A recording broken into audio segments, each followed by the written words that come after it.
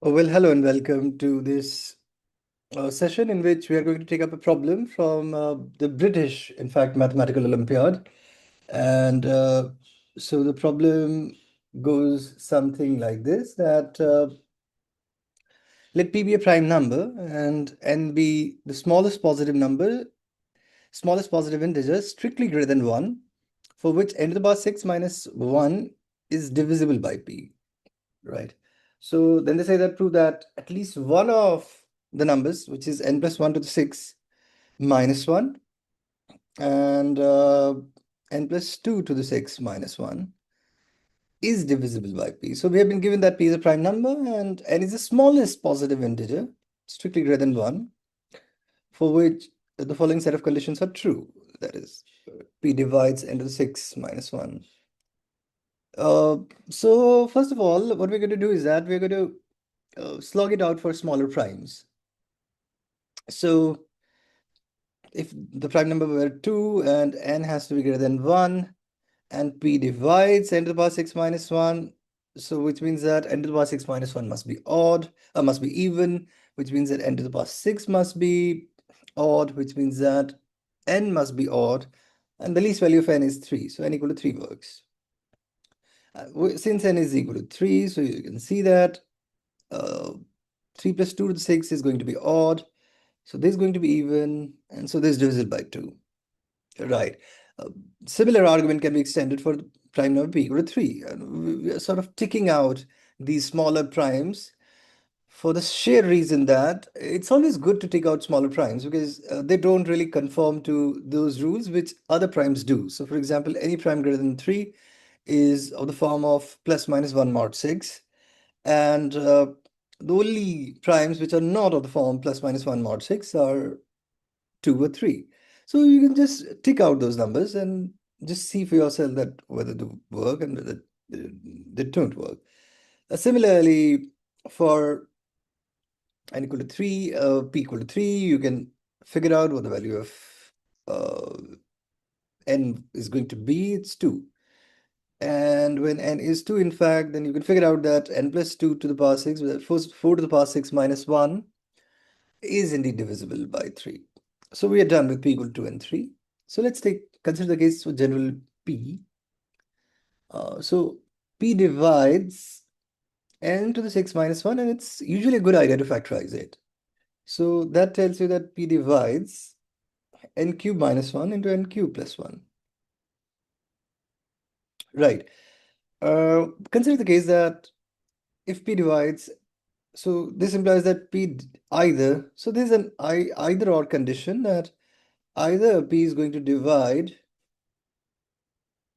n cube minus 1 or p is going to divide n cube plus 1. P can't divide both for obvious reasons that if p divides n cube plus 1 and p divides n cube minus 1, then p will divide their difference, and their difference is 2. But since we are considering prime numbers greater than 3, so you can't divide that, right? So either p divides n cube minus 1 or p divides n cube plus 1. So let's consider the case when, in fact, let's consider the case where p divides, in fact, n cube minus 1. Now, n cube minus 1 can be further factorized, and this is p divides n minus 1 times n square plus n plus 1. So again, this gives us two conditions, both of them exclusive, that either p divides n minus 1 or p divides n square plus n plus 1. Right, something like that. Uh, so, well, the question is that you're well within your rights to ask that why both of them can't hold, because if p divides n minus 1, it means that n is congruent to 1 mod p. So you can see that this expression will be congruent to 1 square plus 1 mod p, which is 3 mod p. And 3 mod p will not be divisible by p because p is a prime number greater than 3. Right? So exactly one of the condition is going to hold. Now, I'm going to argue that n is congruent to 1 mod p is not the case because it violates the condition of minimality.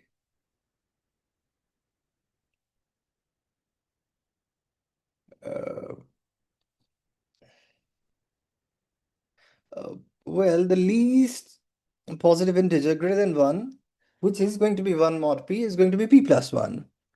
But come to think about uh, all the complete residues of p, so beginning from 0 to p minus 1, if you think about it, uh, as far as we know that p minus 1 is definitely going to satisfy this condition. Why? Because think about it, if a number is p minus 1, then it means that it's congruent to minus 1 mod 6. And if it's minus 1 mod 6, then this condition is true, that if n is congruent to minus 1 mod 6, then p indeed divides n to 6 minus 1. And if n is minus 1 mod 6, then you can see that if this number is minus 1, so this number becomes 1. So this number becomes 0 mod p. So looking for complete residues, we essentially realize that this is not going to work. Right. So this violates minimality condition, which means that we can go ahead and look for the case where p divides n square plus n plus 1. So if p divides n square plus n plus 1, then it also means that p divides, in fact, n plus 1 squared minus n. That's simple algebra, which tells you that n plus 1 to the 2 is congruent to n mod p, right? So this is n mod p, and that tells you that n plus 1 to the 6, raising it by power 3, is congruent to n cube mod p. And that tells you that n plus 1 to the 6 minus 1 is congruent to n cube minus 1 mod p. And n cube minus 1 mod p is congruent to 0 mod p, because we were discussing the case when p divides n cube minus 1. So it essentially tells you that p divides n plus 1 to the 6 minus 1. And we're done with this case. Right.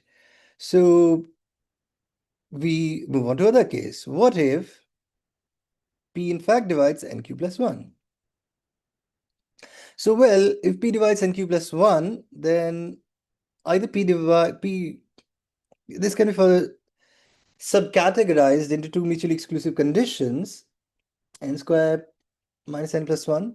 So this means that either p divides n plus 1 or p divides n squared minus n plus 1, right? Now, if p divides n plus 1, if p indeed divides n plus 1, so it means that n is congruent to minus 1 mod p.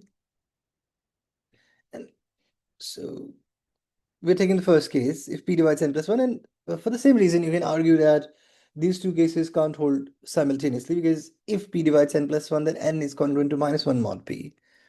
So, well, this is 1 mod p, and this is 1 mod p, and this is 1 mod p, so you'll get 3 mod p, and 3 mod p will not be divisible by p, because p is a prime number greater than 3. So these two cases are mutually exclusive, and indeed, if n is equal to minus 1 mod p, then come to think about n plus 2 to the power 6 minus 1. So since n is minus 1 mod p, so this is 1 mod p to the 6 is 1 mod p, and this is 0 mod p. So this number is divisible by p, and we're done with that case. But what if p divides n square minus n plus 1? Well, that can't be the case, because it simply means that p divides n minus 1 squared plus n minus 1 plus 1. Right, and this violates the minimality condition that we have already discussed. We have already discussed this case that when p divides n squared plus n plus 1, and you see that this number is of the form of n squared plus n plus 1, except that you have replaced n by n minus 1. So this will violate the minimality condition, because we have already solved that p divides n squared plus n plus 1, right? And we are done. So this was a cute little problem from BMO 2024. And I intend to solve all the problems of BMO 1 and BMO 2 of 2024. All right.